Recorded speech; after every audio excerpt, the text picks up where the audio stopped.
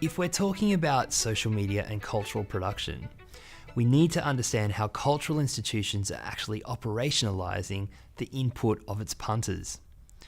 To better understand this relationship between cultural institutions and social media users, we examined one of the most iconic cultural institutions in the world, the Sydney Opera House. I spoke with Claire Jochum about how they approach social media, some of their strategic insights, and how they're working towards incorporating the input of social media users into the cultural production processes of the Sydney Opera House. We really use social media as a co-curation tool, an engagement tool, a way to facilitate really rich discussions with people. And those sort of discussions might be around the programming that we have, what the Sydney Opera House stands for, everything from our resident companies to our stance on environmental sustainability, for example. So we use social networks to push that kind of information out. We also use it as just a general tool to sort of say like, hey, this show is happening. And if you're coming to this one tonight, did you know that this is also happening? So yeah, that's predominantly what we use it for.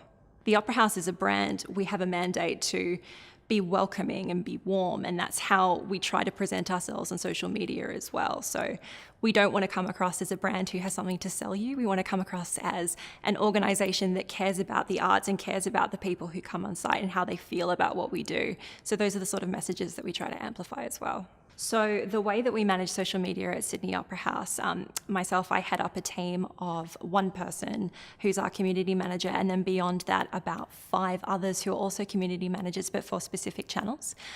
The way that we would use it is, if I was to talk you through my day-to-day, basically every morning I would come in and I check every feed we have to see what happened last night, to see what's trending, to see the conversations that are happening. I'll then speak to our team and say to them, you know, oh, we announced this show last night and this is the sort of feedback that we're getting. Is there something in here that we could push down to the ops team? Is there feedback that would be relevant for the on-sites team? Has someone made a great suggestion that we could incorporate into a show? Is someone asking a question that we haven't addressed somewhere? Do we need a post about that? That's sort of how we run day to day. We have a tool that's a geolocation tool. So if you're on site and you post something and you tag that you're on site at Sydney Opera House, we can see your photo and we can actually push that photo out and share your real-time feedback with our team or with the wider Sydney team or just with the public, for example. And that's something that we're doing a whole lot more because we really see the value in those genuine, real reactions and because we want to be able to facilitate those real conversations from real people. In terms of how we incorporate it into our shows, again, digital screens is an example. So we would have a hashtag for Festival of Dangerous Ideas, for example, which is hashtag FODI.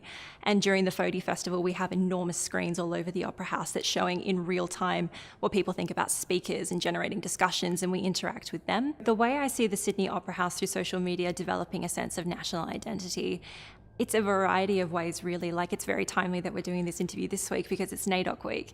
So on social media, every day we have posts going out that talk about the wonderful range of Indigenous programming that we have at Sydney Opera House, which is everything from Careers Day to one of our resident companies, which is Bangarra, and really celebrating all of those stories and acknowledging that that forms a big part of what we do at Sydney Opera House, and it's a big part of national identity in Australia, and we're very proud to be able to tell those stories. Beyond that, one of the wonderful things about social media is that we can push out stories that otherwise wouldn't get pushed out. And that's everything to do with behind the scenes to how productions are put on. So really, the Opera House as a physical site has a reputation as being, you know, an Australian icon and a very big part of the Australian cultural community. So being able to show people behind the curtain of how we run as a business, I think, is how we fit into the national identity through social. How does Sydney Opera House deal with contentious issues on social media? So we do that in a variety of ways. We have social media monitoring tools that will flag certain keywords to us, and a lot of the time on social media with the tools that we have, they can't differentiate between what's sarcasm and what's a joke. So sometimes stuff will come through and we'll say, oh, that's fine, like that person's not being contentious at all, they're just having a joke. But in the instances, if something does come through, and it's rare, thankfully, that somebody does have something to say that's not necessarily appropriate for one of our channels, we try to be mindful of giving everyone the opportunity to have their say, because that's what social media is for. But in the cases, if it is hateful or inappropriate or puts some of our fans at risk of abuse or something like that, we will always deal with the comment directly. We always tell people when we're going to take their comments down and why we've taken them down, and we invite them to come and put the comment back up that fits within our community guidelines. And a lot of people do take that opportunity and they understand why we can't keep certain comments up. Aside from that, if you go onto any of our channels, we have community guidelines that sort of says this is the tone that we will let you post whatever you want on our Facebook page. There's no swearing, there's no racism, there's nothing that's going to be harmful to members of the community. Co-curation, and what I mean by that when I talk about Sydney Opera House, is it's an interesting space that we're looking to play in. And basically what it is seeing if we can use social media content to facilitate on-site experiences. So we ran a campaign that was called Come On In. It was an Instagram campaign. And basically we used Local Measure as a tool to find out what people were posting around the precinct. And it was photographs and it was all kinds of really interesting stories. And they were using the hashtag Come On In. And then about twice a month, we were looking through all of the aggregate of that content and we were picking the best ones, and we actually invited those people to come into Sydney Opera House to have a money can't buy experience. So it was things like trying on costumes from the ballet or having a one-on-one session in Bennelong for food and beverage. So that's the kind of content that I'm talking about, like using social media as a means to drive an experience that otherwise wouldn't exist.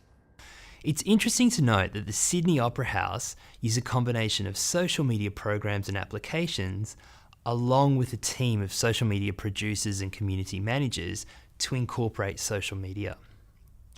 Through audience reviews to the locket of media practices, the Sydney Opera House is actively incorporating the input of social media to make a bold statement on the cultural tapestry of the Australian landscape. And it's worth noting that this process is increasingly typical of most cultural institutions around the world.